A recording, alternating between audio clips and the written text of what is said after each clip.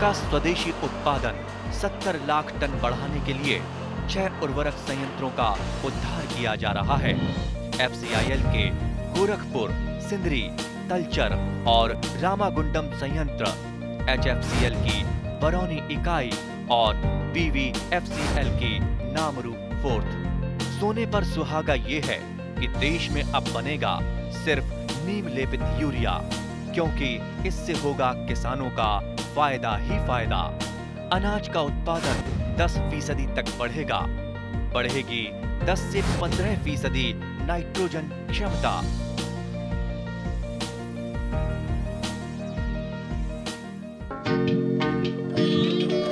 শেহতীয়া পশুধন পিয়লৰ তথ্য অনুসৰি অসমত প্ৰায় 21 লাখ গাহৰি আছে, যিটো দেশৰ ভিতৰতে সৰ্বাধিক।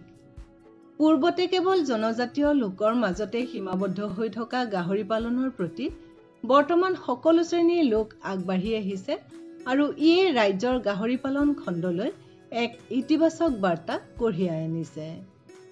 যিহেতু গাহৰি পালন এক লাভজনক বৃত্তি, সেয়ে বৰ্তমান ৰাজ্যৰ বহু যুৱক যুৱতী গাহৰি পালনৰ বাবে আগবাঢ়ি আহিছে।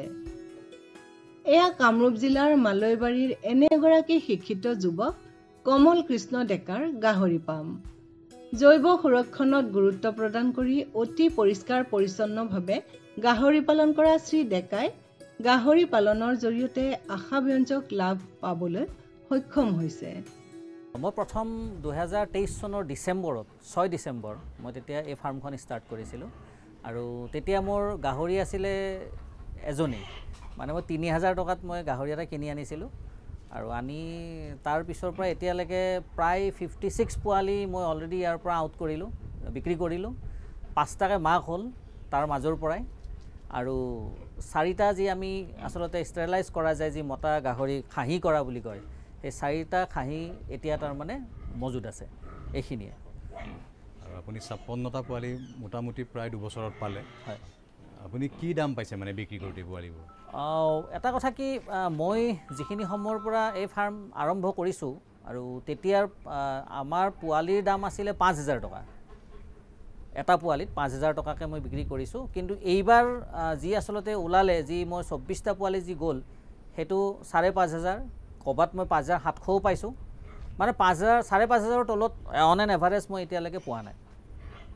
মানে আপুনি লাভ দেখিছে আৰু এই 2 বছৰ? লাভ দেখিছোঁ আৰু যথেষ্টখিনি লাভ দেখিছোঁ। আৰু এটা কথা মই এই চেগতে ক'ব লাগিব আপোনালোকৰ এই মাধ্যমৰ যোগেৰে, যে আমি আচলতে গাহৰিক আমি যদি চাওঁ, বিষ্ণুৰ এটা অৱতাৰ বুলিও আমি জানো, যে বৰা অৱতাৰ।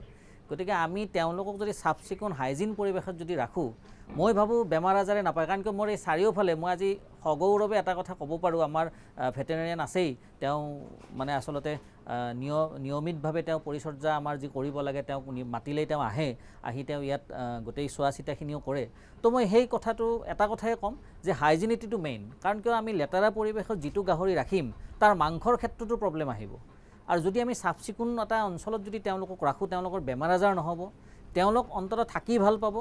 আৰু আটাইতকৈ ডাঙৰ কথা, আমি নিজে আপুনি দেখিছে ৰুমৰ মোৰ ষ্ট্ৰাকচাৰটো অলপ, মই ইটো ফালে মাকজনী, এই মাকজনী শুই আছে এতিয়াও।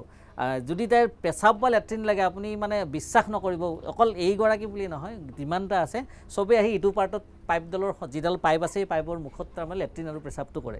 গতিকে আমি সেই বস্তুটো আটাইতকৈ মানে জানিব লগা কথা। গাহৰি আমি লেতেৰা বুলি কওঁ, কিন্তু মই কওঁ আচলতে তেওঁ এই যি জন্তু, এই জন্তুটো কিন্তু মই ভাবোঁ বেছি চাফাহে অইন জন্তুত। কাৰণ গৰু গোহালিতে হাগিব, গোহালিতে পেচাব কৰিব, তাতেই শুই থাকিব, কিন্তু ইহঁত সেইটো নহয়। ইয়াত কেতিয়াও লেট্ৰিন কৰা ঠাইত নুশুৱে। মই সেইটো নিজে প্ৰমাণ পাইছোঁ আজি লাষ্ট 2 বছৰত। আৰু এতিয়ালৈকে ধৰক আপুনি যিখিনি কৰিছে, গঁৰালটো খুব সুন্দৰকৈ বনাইছে। আপোনাৰ এই গাহৰি পোৱালি বিক্ৰী কৰি পইচাৰে নে কিবা চৰকাৰী ঋণ লৈছে? মই ইয়াত এই ক্ষেত্ৰত মই ভাৰতীয় ষ্টেট বেংককো ধন্যবাদ জনাব লাগিব। মই 1 লাখ টকা তেওঁলোকৰ পৰা মই গৈ পেলাই মেনেজাৰক কওঁতে তেওঁ মোক এগ্ৰী হ'ল, তেওঁ 1 লাখ টকা দিলে। আৰু প্ৰায় 1,60,000 মান টকা মই গোটেই ছেটআপটোত মোৰ গৈছে, ঘৰ বনোৱা যি মিস্ত্ৰী খৰচ বা দানা যি আছিলে তেনেকৈ দিলে। তো তেওঁলোকৰ পৰা যি মই সেই মূলধন হিচাপে ল'লোঁ, আৰু আজিৰ তাৰিখত সেই মূলধন যিটো মই তেওঁলোকৰ পৰা লৈছিলোঁ আচলতে ঋণ, সেই ঋণটো মই এতিয়া পৰিশোধ হৈ গ'ল কেতিয়াবাই। আৰু এতিয়া যি চলি আছে সামগ্ৰিকভাৱে ইয়াৰ লাভ মই পাই আছোঁ, আৰু ভাবিছোঁ আৰু এটা এনেকুৱা নতুন ইউনিট এটা মানে স্থাপন কৰিম বুলি ভাবি আছোঁ। আৰু আৰু আপুনি বিজ্ঞানসন্মত গাহৰি প্ৰতিপালনৰ কিবা প্ৰশিক্ষণ লৈছিলে নেকি?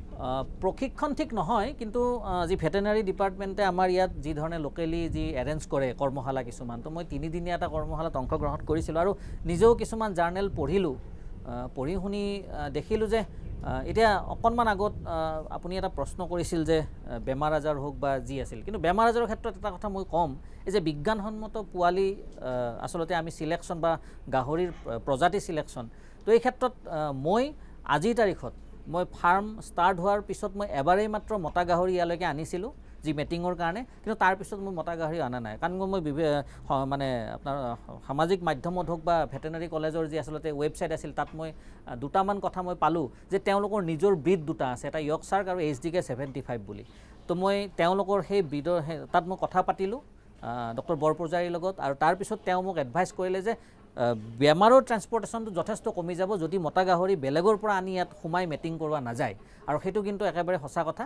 গতিকে মই সেই HDK 75 যি ব্ৰিড বিজ্ঞানসন্মতভাৱে যি আচলতে তাত ৰিচাৰ্চ কৰি মেলি তাৰ চিমেণ্টটো যি তৈয়াৰ কৰে, সেই চিমেণ্ট আনি পেলাই মই ইয়াত কৰিছোঁ। আজিৰ তাৰিখত মই ভাল ৰিজাল্ট পাইছোঁ, আৰু সঁচা কথা কৈছোঁ যথেষ্ট হেল্ডি পোৱালি হয়, যথেষ্ট ভাল ব্ৰিড হয়। আৰু ক'ব গ'লে ইণ্ডিয়ান যিটো আমাৰ যিটো অসমৰ যি আচলতে বাতাবৰণ বা এই অঞ্চলৰ যি বাতাবৰণ, এই বাতাবৰণৰ লগত এই HDK 75টোৱে যথেষ্টখিনি, মই যদি চাওঁ প্ৰায় 85%ৰ পৰা 90%লৈকে তেওঁলোক বেমাৰৰ ক্ষেত্ৰত কিন্তু নিজে মানে প্ৰটেক্টটো তেওঁ নিজৰ ইমিউনিটি ছিষ্টেমটো গ্ৰ' কৰিব পাৰে। আত্মনিৰ্ভৰ অসম গঢ়াৰ বাবে আমাক প্ৰয়োজন শ্ৰী ডেকাৰ দৰে বহু যুৱক যুৱতীৰ। গাহৰি পাম এখন লাভজনক হ'বলৈ প্ৰতিপালনৰ বিজ্ঞানসন্মত দিশবোৰত গুৰুত্ব দিব লাগে। প্ৰথমতে গাহৰি পালনৰ বাবে স্থান নিৰ্বাচন সঠিক হ'ব লাগিব। মানুহৰ বসতিস্থলৰ ওচৰত গাহৰি পাম খুলিলে ৰোগৰ বীজাণু সংক্ৰমিত হ'ব পাৰে। পানী, বিজুলী যোগান আৰু যাতায়াতৰ সুব্যৱস্থা থাকিব লাগে, কাৰণ বিশুদ্ধ আৰু পৰ্যাপ্ত পৰিমাণৰ পানীৰ যোগানে গাহৰিৰ ওজন বৃদ্ধিত সহায় কৰাৰ উপৰিও পামখন পৰিষ্কাৰ পৰিচ্ছন্ন কৰি ৰখাত সহায় কৰে। গাহৰি পালন কৰিবলগীয়া ঠাইডোখৰ ওখ ৰ'দ ঘাই হ'ব লাগে। ইয়াৰ পাছতে আহে গঁৰাল নিৰ্মাণৰ কথা। গাহৰিৰ গঁৰাল সাধাৰণতে উত্তৰা দক্ষিণাকৈ সাজিব লাগে, যাতে দিনৰ সকলো সময়তে ৰ'দ পৰে। গঁৰালৰ ভিতৰত বিশুদ্ধ বতাহ চলাচলৰ সুবিধা থাকিব লাগে। গঁৰালৰ মজিয়াখন শুকান আৰু খহটা হ'ব লাগে। মজিয়াখন পকী আৰু এঢলীয়াও হ'ব লাগে। গঁৰালৰ বেৰবোৰৰ উচ্চতা 4 পৰা 5 ফুটমান হ'ব লাগে। এই বিষয়ে ক্ষেত্ৰী বিস্তৃত গো উন্নয়ন আঁচনি পশু চিকিৎসালয়ৰ পশু চিকিৎসা বিষয়া ডাক্তৰ কল্যাণ পাঠকে এনেদৰে কয়। যিকোনো আমাৰ ফাৰ্মৰে হওক, আমাৰ প্ৰথমটো হ'ল গাহৰিয়ে হওক বা গৰুৱে হওক, আমাৰ ওখ ঠাই আমি পচন্দ কৰোঁ। আৰু ওখ ঠাইৰে য'ত মানে আমাৰ ৰাস্তাৰ লগত কানেক্টিভিটিটো কিবা থাকে, আৰু তাত যেন কাৰেণ্টৰ প্ৰভিজনখিনিও থাকে, সেনেকুৱা ঠাইত য'ত পানী উঠি থাকে সেনেকুৱা ঠাইত আমি এই কি কয় ফাৰ্মখিনি আমি কৰিব নালাগে। সেইকাৰণে ওখ ঠাই হ'ব লাগে, ওখ ড্ৰাই ঠাই হ'ব লাগিব। আৰু যেন বেছি হেবিটেড মানুহ বেছি বসবাস কৰা সেনেকুৱা জেগাটো বেছি কৰিব নালাগে, অলপমান আঁতৰত কৰিলে বেছি ভাল হয়। গঁৰালৰ প্ৰথম হ'ল আপোনাৰ আমি গাহৰিৰ কাৰণে হ'ল গাহৰিৰ আমি ছেপাৰেটকৈ এই যোনটো মানে আমি চাও বুলি কওঁ, চাও ইউনিট বুলি এটা, চাও হ'ল মানে মাইকীৰ কাৰণে আমি বেলেগকৈ আমি গঁৰাল এটা বনাব লাগে তাৰে ভিতৰত। আৰু গ্ৰ'ৱাৰ কিছুমান আছে, গ্ৰ'ৱাৰ কিবা কাৰণে, সেইকাৰণে তাহাঁতৰ কাৰণেও আমি যেন 8-10টাৰ কাৰণে সেনেকুৱা গঁৰাল এটা সজাব লাগে। আৰু পোৱালিৰ কাৰণে সেনেকুৱা আমি মাকৰ লগতে ছাইডত এটা ক্ৰিপ ছাইড এটা আছে, সেই তাতে আমি যেন পোৱালিখিনি আমি থ'ব পাৰোঁ, সেনেকুৱা হিচাপত আমি এটা গঁৰাল এটা সজাব লাগে। আৰু গোটেইখিনি এটা মতাৰ কাৰণে যদি আপুনি মতা লাগে, বৰটো আমি অলপমান বেলেগকৈ ৰাখিব লাগে, য'ত মানে ইজিলি কিবাখিনি নাহে আৰু ওচৰত নহয়, আৰু বেছি মাইকীবোৰৰ ওচৰত নহয়, অলপমান দূৰত ৰাখিব লাগে। সেইখিনি আমি কিবা কৰিব লাগে। আৰু যেন ৱালখিনি আমি যেন ওখ অলপ হয়, যেন এটা গাহৰি এটা বেলেগ এটা গঁৰালত যেন পটককৈ জঁপিয়াই পেলাই যাব নোৱাৰে। গাহৰি এটা অভ্যাস আছে, তাহাঁতি খাৰা হৈ লয়, খাৰা হৈ পেলাই মানে এনেকৈ ক'ৰবাত কিবা কৰি থাকিব, কিন্তু মানে সেই বস্তুটো যেন সি যেন পাৰ হৈ যাব নোৱাৰে। সেইকাৰণে মানে মিনিমাম হ'লেও মানে 5 ফুটতকৈ 5 ফুটমান হ'লে মানে বেছি ভাল হয়। 5 ফুটতকৈ ওপৰ হ'লেতো আৰু বেছি ভাল হয়, কিন্তু মানে এনেকুৱা 5 ফুটমান হ'লে মানে বেছি ভাল হয়। গাহৰি পালনৰ বাবে পোৱালি কিনোতে সদায় জনা উৎসৰ পৰা কিনিব লাগে। মতা আৰু মাইকী গাহৰি পোৱালিৰ মাজত তেজৰ সম্পৰ্ক থাকিব নালাগে। অণ্ডকোষ নথকা মতা গাহৰি নিৰ্বাচন কৰিব নালাগে। মাইকী গাহৰিৰ ন্যূনতম 7 যোৰ স্তন থকা হ'ব লাগে। এই বিষয়ে ডাক্তৰ কল্যাণ পাঠকে এনেদৰে কয়।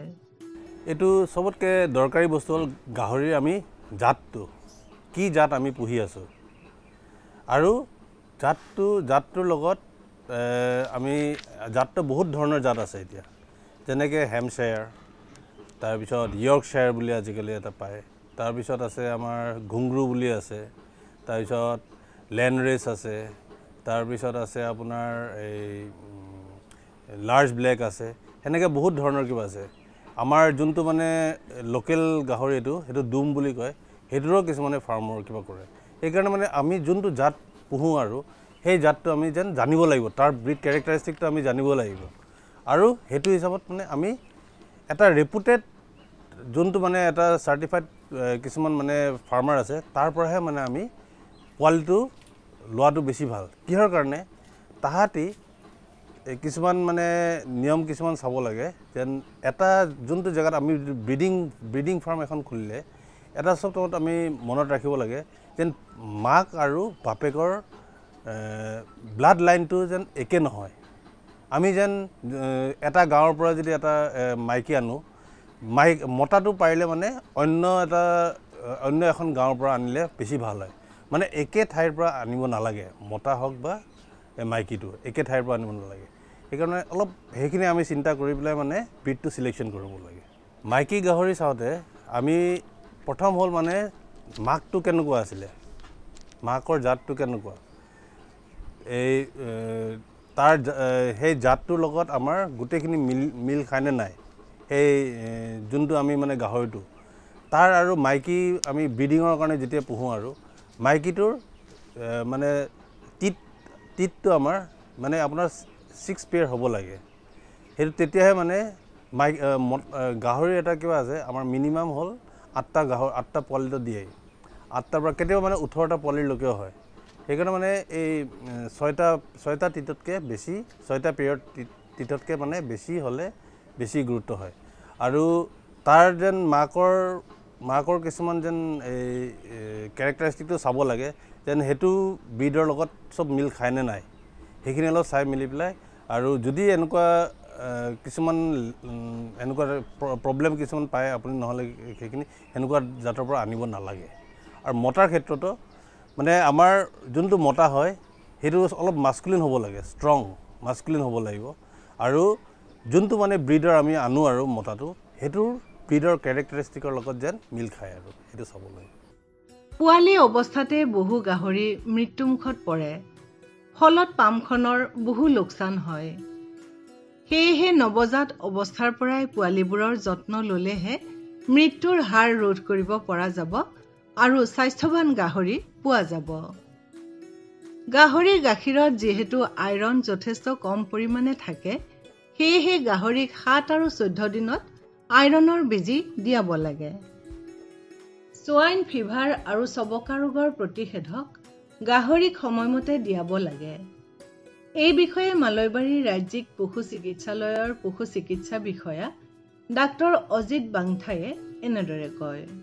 জন্মৰ পৰা স্বাস্থ্য যত্নৰ প্ৰথম কথাটো হ'ল কি, মানে একচুৱেলি ফাৰ্মখনত যিখিনি চাফ চিকুণৰ সেইটো থাকিব, প্লাছ পোৱালি হোৱাৰ লগে লগে তাৰ যিটো নাড়ীবিলাক হয় সেইটো নাড়ীবিলাকৰ মোটামুটি 2.5 চেণ্টিমিটাৰ এনেকুৱা মানত কাটি দিব লাগে, কাটি কেনে বান্ধি দিব লাগে।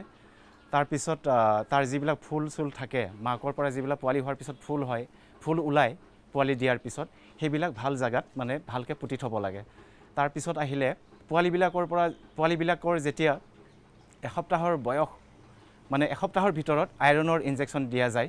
মানে বজাৰত বিভিন্ন প্ৰকাৰৰ আইৰণ ইনজেকশ্যন আছে, সিহঁতক মানে 0.5 কৰি ইণ্ট্ৰামাস্কুলাৰ মানে মাংসত দিয়া যায়।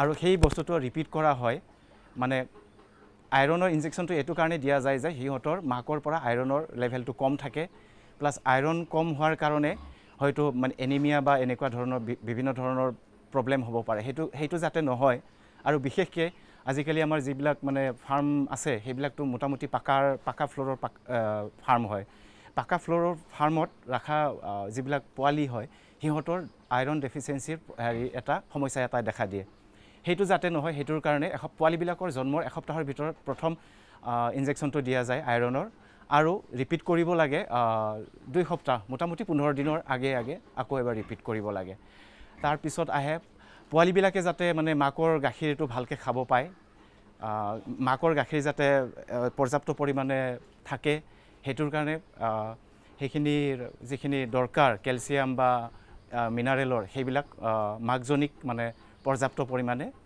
সুষম আহাৰৰ লগতে পৰ্যাপ্ত পৰিমাণে যোগান ধৰিব লাগে শেহতীয়াকৈ আমাৰ ৰাজ্যৰ গাহৰি পালকসকলক ক্ষতিগ্ৰস্ত কৰা ৰোগটোৱে হৈছে আফ্ৰিকান সোৱাইন ফিভাৰ এই ৰোগৰ কোনো চিকিৎসা বা প্ৰতিষেধক নাই জৈৱ সুৰক্ষণৰ দ্বাৰাই আমি গাহৰি পাম এখন আফ্ৰিকান সোৱাইন ফিভাৰৰ পৰা যথাসম্ভৱ মুক্ত কৰি ৰাখিব পাৰোঁ এই বিষয়ে ডাক্তৰ অজিত বাংথায়ে এনেদৰে কয় বিশেষকৈ গাহৰিৰ যদিও বহুতকেইটা বেমাৰ আছে কিন্তু ইয়াত মেইনলি আমাৰ দেখা যায় যে ক্লাছিকেল সোৱাইন ফিভাৰ বুলি এটা আছে যাৰ নেকি মানে ভেকচিন আছে কিন্তু সদ্যহতে ৰিচেণ্টলি মানে আমাৰ ইয়াত মানে প্ৰাদুৰ্ভাৱ দেখা গৈছে যিটো আফ্ৰিকান সোৱাইন ফিভাৰ বুলি কয় যিটোৰ নেকি মানে কোনো ভেকচিনেশ্যন বা ট্ৰিটমেণ্ট কোনো মানে নাই অপশ্যন নাই আৰু এই ক্ষেত্ৰত যিহেতুকে তাৰ ভেকচিনেই নাই বা ট্ৰিটমেণ্টৰ কোনো নাই গতিকে ইয়াত মেইনলি কথা এটা আহে বায়'চিকিউৰিটি জৈৱ সুৰক্ষাৰ বস্তুটো আমি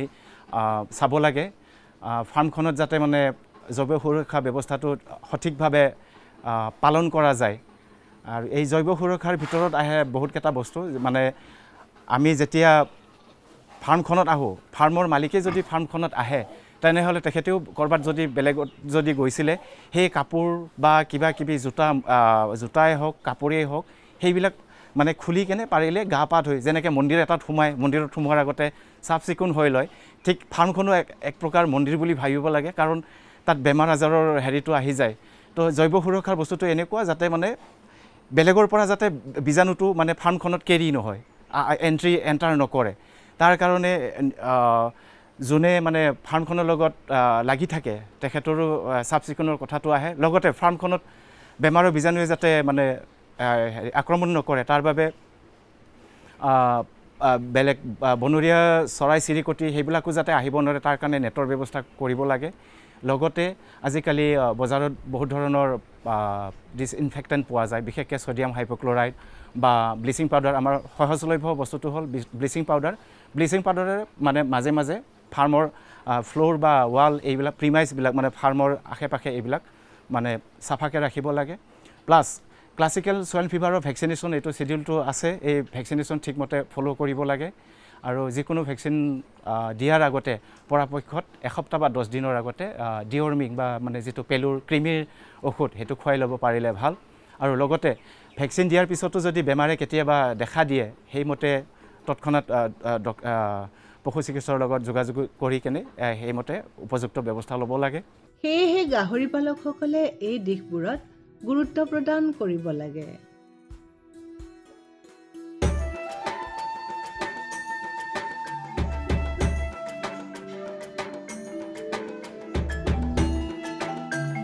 এইখন অসমৰ লক্ষীপুৰ গোৱালপাৰা অঞ্চলৰ বাইদা গাঁও এই গাঁৱৰ নিৰীহ ৰাভাক এতিয়া প্ৰগতিশীল কৃষক হিচাপে সকলো গাঁওবাসীয়ে সন্মান কৰিছে অৱশ্যে পৰম্পৰাগত কৃষিক উদ্যোগীকৰণলৈ ৰূপান্তৰিত কৰাৰ সিদ্ধান্তৰ বাবে তেওঁ বিৰোধিতা কৰা হৈছিল নিৰীহ ৰাভা পৰম্পৰাগত শস্যৰ খেতি কৰা কৃষক পৰিয়ালৰ আছিল কিন্তু যেতিয়া তেওঁ অইল পাম্পৰ খেতিৰ সুবিধা বিষয়ে গম পালে তেতিয়া তেওঁ ইয়াক গ্ৰহণ কৰাৰ সিদ্ধান্ত ল'লে চৰকাৰৰ পৰা আৰ্থিক আৰু কাৰিকৰী সাহায্য লাভ কৰি national mission on edible oils oil পামৰ অধীনত নিৰীহ ৰাভাই অইল পামৰ পুলি ৰোপণ কৰিবলৈ আৰম্ভ কৰিলে প্ৰায় 4 বছৰৰ পাছত তেওঁৰ অইল পামখিনি ফলমূলেৰে ভৰপূৰ হৈ পৰিল এই ফলবিলাকৰ বিক্ৰীয়ে তেওঁৰ মুখত সুখৰ জোৱাৰ কঢ়িয়াই অনাৰ বিপৰীতে তেওঁৰ সিদ্ধান্তৰ বিৰোধিতা কৰা সকলো আচৰিত হৈ গ'ল। অইল পাম খেতি কৃষকসকলৰ বাবে অতি উপকাৰী।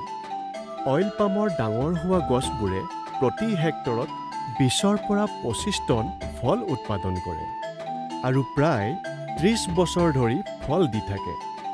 অইল পাম ফলৰ পৰা আন সকলো প্ৰকাৰৰ তেলৰ গুটিতকৈ 10 গুণ বেছি তেল পোৱা যায়। ইয়াৰ দ্বাৰা কৃষকসকলে আন শস্যতকৈ 10 গুণ বেছি উপাৰ্জন কৰিব পাৰে। মই তৈল খিজুৰ খেতি কৰাৰ কাৰণে আমাৰ গাঁৱলৈ বিভাগীয় ফালৰ পৰা আহিছিল আৰু তেওঁলোকে সাধাৰণ সভা বহাই কিনে আমাক যিটো মানে শিকাই দি গৈছিল। তেওঁলোকে কৈছিল যে এই খেতিটো কৰক, আপোনালোকে চৰকাৰৰ পৰা ৰাজ সাহায্য প্ৰদান কৰা হ'ব। আৰু সেই হিচাপতে মই ঠিৰাং কৰিছিলোঁ যে ময়ো এই খেতিটো কৰিম বুলি। মই নিজে এই খেতিটো কৰিলোঁ।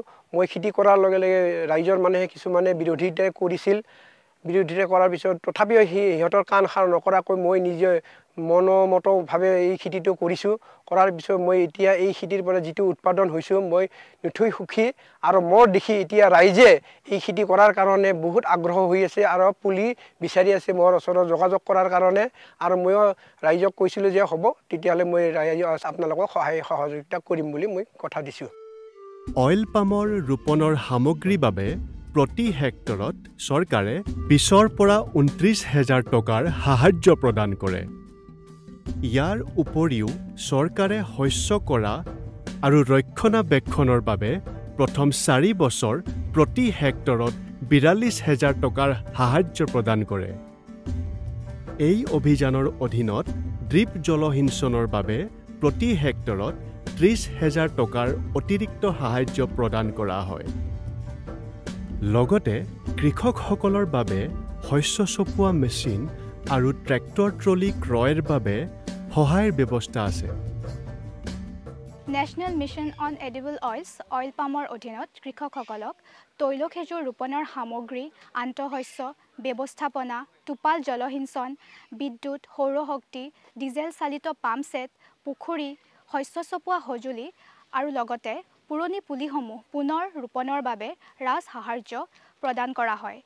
ইয়াৰ জৰিয়তে কৃষকসকলক কেঁচুসাৰ টেংকিৰ নিৰ্মাণৰ বাবে আৰু তৈল খেজুৰ সম্বন্ধীয় অন্যান্য যন্ত্ৰপাতি তথা সা সঁজুলি ক্ৰয় কৰিবৰ বাবেও আৰ্থিক সহায় আগবঢ়োৱা হয়। এই অভিযানৰ জৰিয়তে কৃষকসকলক 5 লাখতকৈও অধিক বিত্তীয় সাহায্য প্ৰদান কৰা হয়। অইল পাম খেতিৰ ফলত কৃষকৰ অধিক আয়ৰ সম্ভাৱনা আছে। অইল পাম খেতিৰ পৰা কৃষকসকলে সুস্থিৰ আৰু নিশ্চিতভাৱে উপাৰ্জন লাভ কৰিব পাৰে।